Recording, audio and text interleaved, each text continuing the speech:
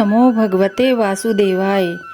आज हम आपके लिए श्रावण मास के शुक्ल पक्ष की एकादशी की कथा लेके आए हैं। इस एकादशी को पुत्रदा एकादशी कहते हैं। इस एकादशी का व्रत करने से मनुष्य के सब कष्ट दूर होते हैं। जिसके संतान नहीं होती उसको संतान प्राप्त होती है। तो आइए सुनते हैं पुत्रदा एकादशी की कथा। द्वापर युग के आरंभ की बात है। महिष्मती नाम की एक नगरी थी। उस नगरी का राजा महिजीत पुत्रहीन था, इसलिए वह सदा दुखी रहता था। उसे वह राज्य और वैभव सभी बड़ा ही कष्टदायक प्रतीत होता था, क्योंकि पुत्र के बिना मनुष्य को इहलोक और परलोक दोनों में ही सुख नहीं मिलता है। राजा ने पुत्र प्राप्ति के लिए बहुत उपाय किए, किंतु उनका हर उपाय निष्फल था। जैसे जैसे राजा महिजीत वृद्धावस्था की तरफ बढ़ता जा रहा था, वैसे वैसे उसकी चिंता भी बढ़ती जा रही थी।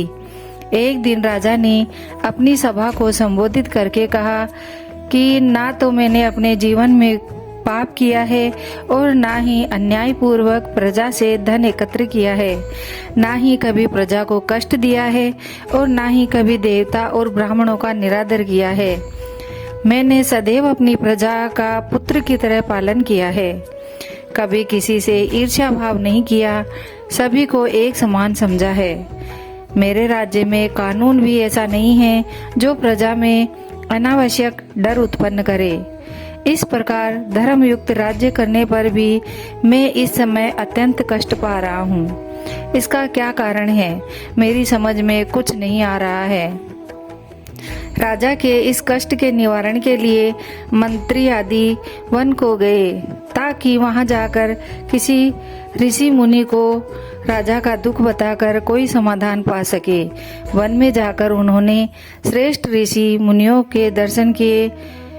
उस वन में धर्म के ज्ञाता महर्षि लोमस भी रहते थे। वे सभी जन महर्षि लोमस के पास गए और उन्हें दंडवत प्रणाम किया और उनके पास बैठ गए। महर्षि के दर्शन से सबको बड़ी प्रसन्नता हुई और सबने महर्षि लोमस से प्रार्थना की कि हे देव, हमारे अहोभाग्य कि हमें आपके दर्शनों का सौभाग्य प्राप्त हुआ। मंत्री की बात सुनकर लोमस ऋषि ने कहा, हे मंत्रीवर, आप लोगों की विनम्रता और सद्व्यवहार से मैं अति प्रसन्न हूँ। आप मुझसे अपने आने का प्रयोजन कहें। मैं आपके कार्य को अपने सामर्थ्य के अनुसार अवश्य ही करूँगा, क्योंकि हमारा शरीर ही परोपकार के लिए बना है। लोमस ऋषि के ऐसे मृदु वचन सुनकर मंत्री ने कहा, हे ऋषिवर, आप हमारी बातों को जानने में ब्रह्मा से भी ज्यादा समर्थ हैं। अतः आप हमारे संदेह को दूर कीजिए। महिष्मती नामक नगरी के हमारे महाराज महिजीत बड़े ही धर्मात्मा व प्रजावत्सल है। वह प्रजा को पुत्र की तरह मानते हैं, किंतु फिर भी वे पुत्रहीन हैं। हम भी उनके दुख से दुखी हैं, क्योंकि प्रजा का कर्तव्य है कि राजा के सुख में सुख और दुख में दुख माने। हमें उनके पुत्रहीन होने का अभी तक कारण ज्ञात नहीं हुआ, इसीलिए हम आपके पास आए हैं। अतः आप हमें बताने की कृपा करें कि किस विधि विधान से हमारे महाराज पुत्रवान हो सकते हैं। ऐसी करुण प्रार्थना सुनकर लोमस ऋषि नेत्र बंद करके राजा के पूर्व जन्मों पर विचार करने लगे। फिर उन्होंने कहा कि हे भद्रजनों, यह राजा पिछले जन्म में बहुत ही उद्दंड था तथा बुरे कर्म किया करता था। उस जन्म में यह एक गांव से दूसरे गांव में घूमा करता था। एक बार ज्येष्ठ माह के शुक्ल पक्ष की एकादशी के दिन यह 2 दिन से भूखा था। दोपहर के समय एक दिन जलाशय पर जल पीने गया। उस समय ब्याई हुई एक गाय वहां पानी पी रही थी। राजा ने उसको प्यासी ही भगा दिया और स्वयं जल पीने लगा। इसीलिए राजा को यह कष्ट भोगने पड़ रहे हैं। एकादशी के दिन भूखा रहने का फल यह हुआ कि इस जन्म में राजा है और प्यासी गाय को जलाशय से भगाने के कारण पुत्रहीन है। तब राजा के मंत्री ने कहा, कि हे मुनि श्रेष्ठ, शास्त्रों में लिखा है कि पुण्य से पाप नष्ट हो जाते हैं।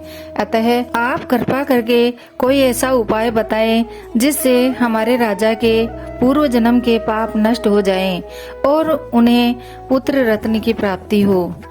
मंत्री की बात सुनकर लोमस ऋषि ने कहा, यदि तुम सब श्रावण मास के शुक्ल पक्ष की पुत्रदा एकादशी का व्रत और रात्रि जागरण करो और उस व्रत का फल राजा के निमित्त कर दो तो तुम्हारे राजा के यहाँ पुत्र रत्न की प्राप्ति हो जाएगी और सभी कष्टों का नाश हो जाएगा। इस उपाय को जानकर मंत्री सहित सभी ने महर्षि को कोटि कोटि धन्यवाद दिया तथा उनका आशीर्वाद लेकर अपने राज्य में लौट आए। फिर उन्होंने लोमस ऋषि की आज्ञा अनुसार पुत्रदा एकादशी का विधि विधान पूर्वक उपवास और जागरण किया और द्वादशी को उसका फल राजा को दे दिया। इस पुण्य के प्रभाव से रानी ने गर्भ धारण किया और 9 महीने पश्चात एक अत्यंत तेजस्वी पुत्र को जन्म दिया। इसीलिए इस एकादशी का नाम पुत्रदा रखा गया। इसीलिए श्रावण मास के शुक्ल पक्ष की एकादशी का व्रत करना चाहिए। इस व्रत के प्रभाव से इस लोक में सुख और परलोक में स्वर्ग की प्राप्ति होती है। एकादशी की कथा करने वाले, सुनने वाले और उकार भरने वाले सबकी मनोकामना पूरी हो। बोलो विष्णु भगवान की जय।